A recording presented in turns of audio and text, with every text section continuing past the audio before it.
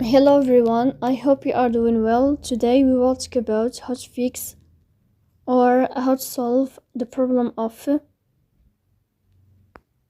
exited account on the application of Yazio. We click on settings. Here we click on apps, default apps, app settings. In this list you are scrolling down until you find here Yazio app. Then we click on first stop and we click OK. Here we'll enter to storage. After that we click on clear cache. In the end you can turn off your phone and you can wait a moment to restart your phone again. So please don't forget to support us by like and subscribe.